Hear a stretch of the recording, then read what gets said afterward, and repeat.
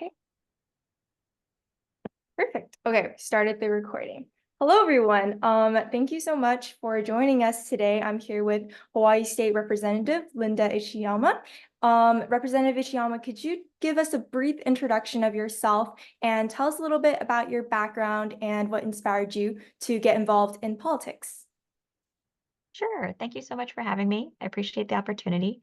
My name is Linda Ichiyama. I am a state representative in Hawaii.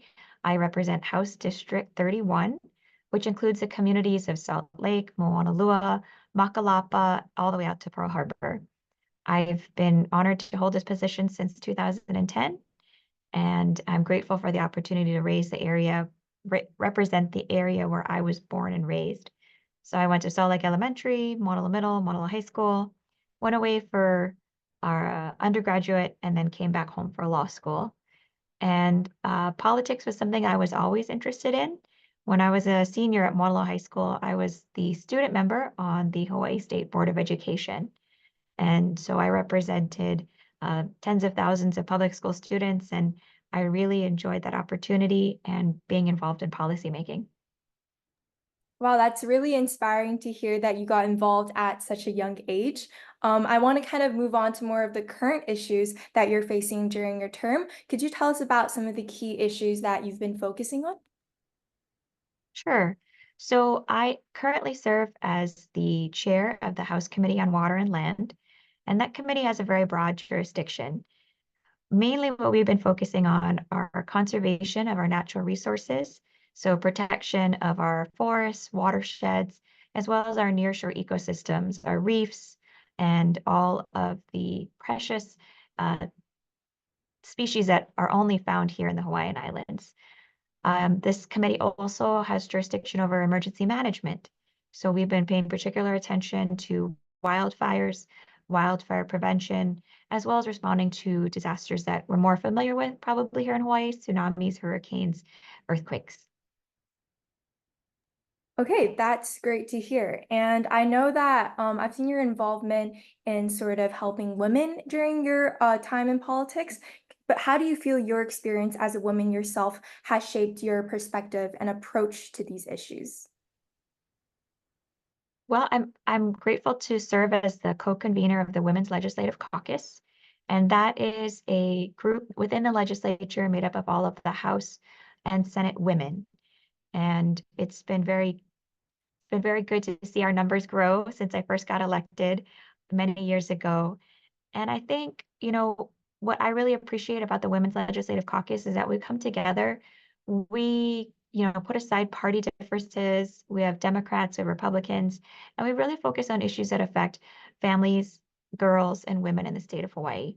So I think that being able to work with other female colleagues is is special. And it also is something that, we all understand without even having to say, kind of like issues like childcare, why childcare is essential, or focusing on maternal and infant health and making sure that we have healthy families from the start.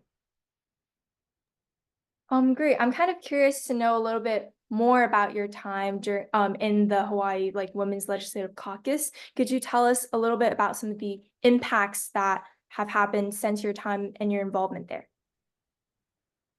Sure. So the Women's Legislative Caucus every year introduces a package of bills. And so you can look it up on the Capitol website, capitol.hawaii.gov.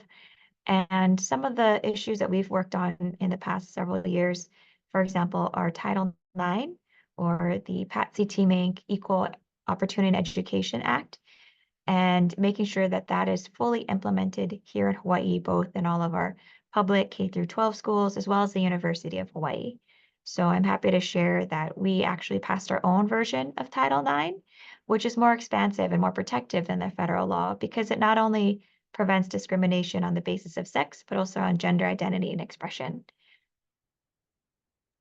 That's really great to hear. And what steps do you believe need to be taken to reach greater gender equality, specifically in the political sphere?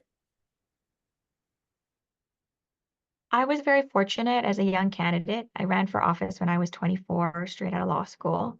And so I really didn't have a lot of experience And what helped me most was having women who are more experienced in me than in politics and campaigning to help me walk through that process and offer me a lot of guidance and help along the way.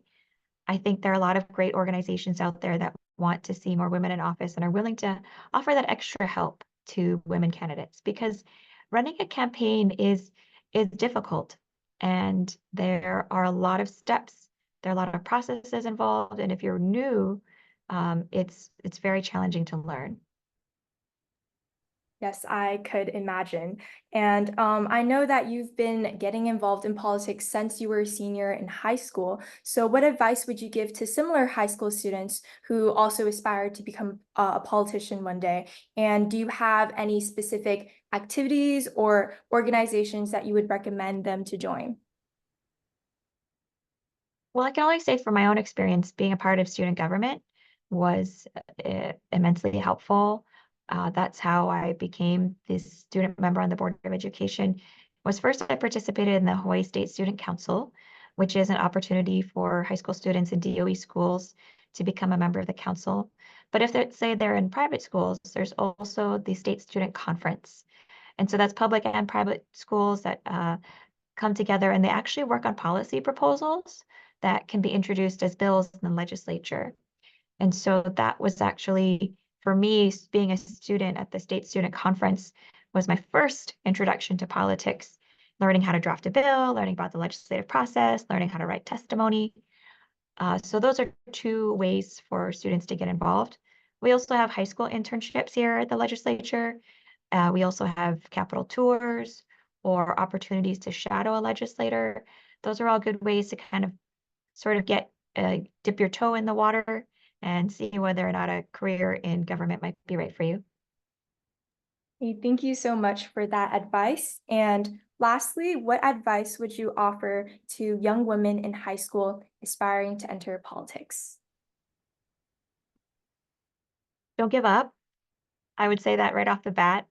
There are so many challenges and obstacles, and if the dream for you is to be in office one day, I would just say be persistent and keep at it.